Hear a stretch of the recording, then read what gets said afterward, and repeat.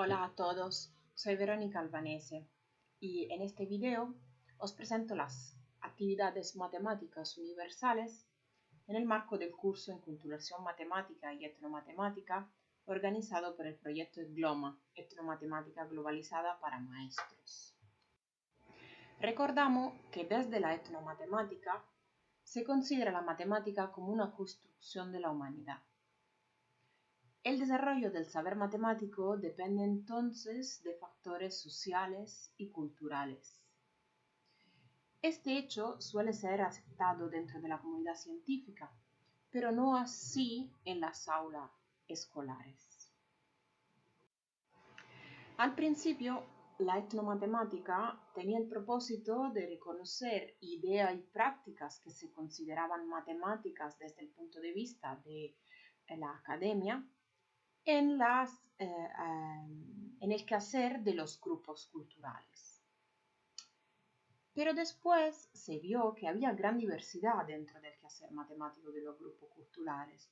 Entonces, la etnomatemática se propuso más bien estudiar el desarrollo, la difusión y la validación de todos estos diversos modos y técnicas o TICas de comprender, entender y manejar el matema, el entorno, el etno. Por tanto, fue necesario desestructurar el concepto mismo de las matemáticas académicas, para poder abarcar esta diversidad que se presentaba en el quehacer matemático de los grupos culturales. Hay distintas propuestas en la literatura científica de actividades matemáticas universales o también llamadas prácticas generadoras de conocimiento matemático. En particular, yo aquí os voy a presentar la propuesta de Bishop, que maneja 6 actividades matemáticas universales. Tened en cuenta que estas actividades se suelen presentar de manera conjunta en una misma, práctica cultural, en el mismo quehacer de los grupos culturales. Pero a menudo una de esas actividades sobresale sobre las otras. El hecho de distinguirlas permite más bien facilitar su análisis. Vamos a empezar por las primeras 3, que son contar, medir y localizar. Contar se refiere a responder a la pregunta ¿cuántos? Se refiere a magnitudes discretas, digamos contables. Se relaciona a todo lo que son los números, las bases, los sistemas de numeración, los cuantificadores. Tened en cuenta, por ejemplo, que nuestro sistema de numeración decimal que usamos en el entorno escolar se maneja una base 10, una numeración en base 10.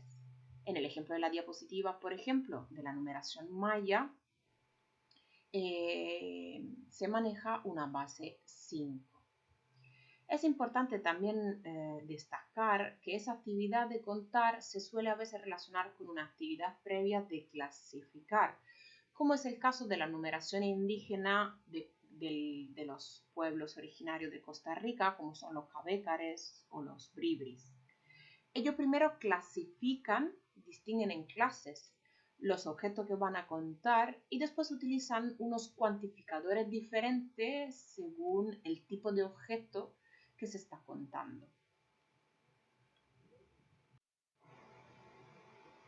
En la actividad universal de medir se trata de responder a la palabra cuánto.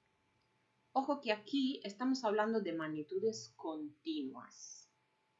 Entonces, todo lo que tiene que ver con técnicas para medir, unidades de medida, instrumentos de medición, lo que tiene que ver con distintas magnitudes. Y hay que recordar que muchas veces las mediciones suelen ser aproximaciones, no suelen presentar un alto grado de precisión. Aquí vemos 2 ejemplos que se suelen presentar en las formas de medir tradicionales. Pues las mediciones antropomórficas que utilizan parte del cuerpo como unidad de medida, o también la idea de utilizar algunos objetos o herramientas para cuantificar.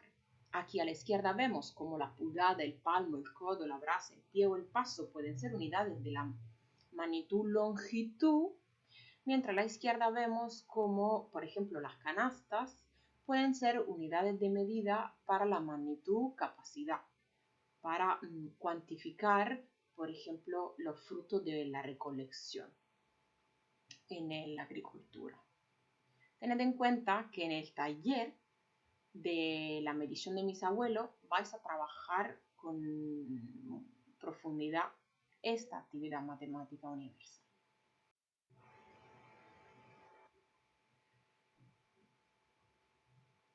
La actividad matemática universal de localizar tiene que ver con la ubicación, con responder a la pregunta ¿dónde? Y aquí se trata de tener en cuenta los aspectos espaciales, a veces relacionado con la idea de dimensiones, de coordenadas, de ejes, de caminos, distancias, cuidado que las distancias están relacionadas con la actividad anterior de medir, y las direcciones. En Costa Rica, por ejemplo, hay una forma peculiar de identificar las direcciones de las casas, porque se identifica un punto de referencia y después se indica respecto a ese punto de referencia la dirección y la distancia, con respecto generalmente a coordenadas polares. Vais a trabajar en esto con profundidad en el taller de Hacia dónde me dirijo de este curso. En otras culturas, por ejemplo, se ven caminos en el mar como nosotros podemos entender que son las rutas, las calles en donde vamos en coche. Aquí vemos las otras tres, hemos dicho que tenemos 6, actividades matemáticas universales: diseñar, jugar y explicar.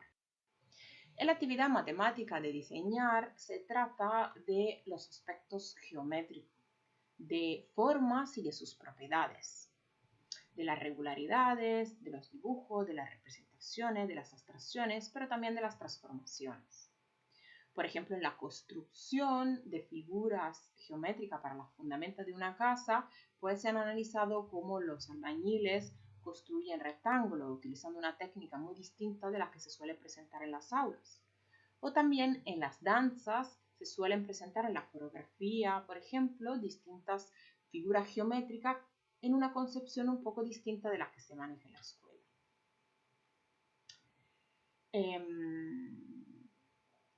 En el taller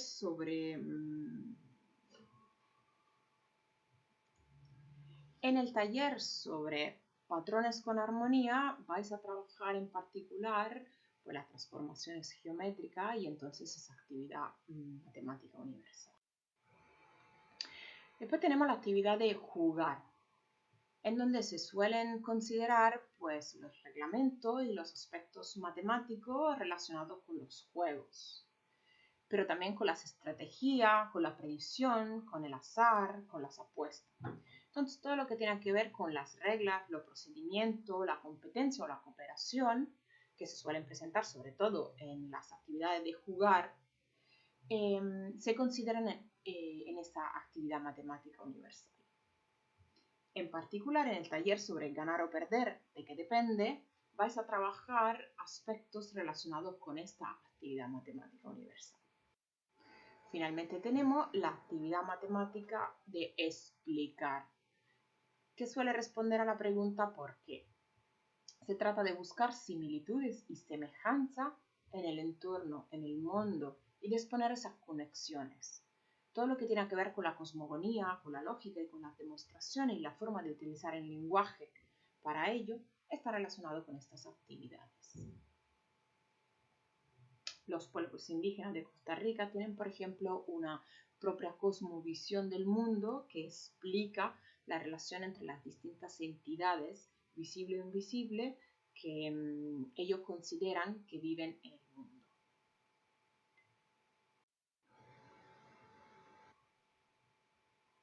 Espero que esto os ayude a navegar por este curso de enculturación matemática y etnomatemática. Quedamos a disposición. Saludos.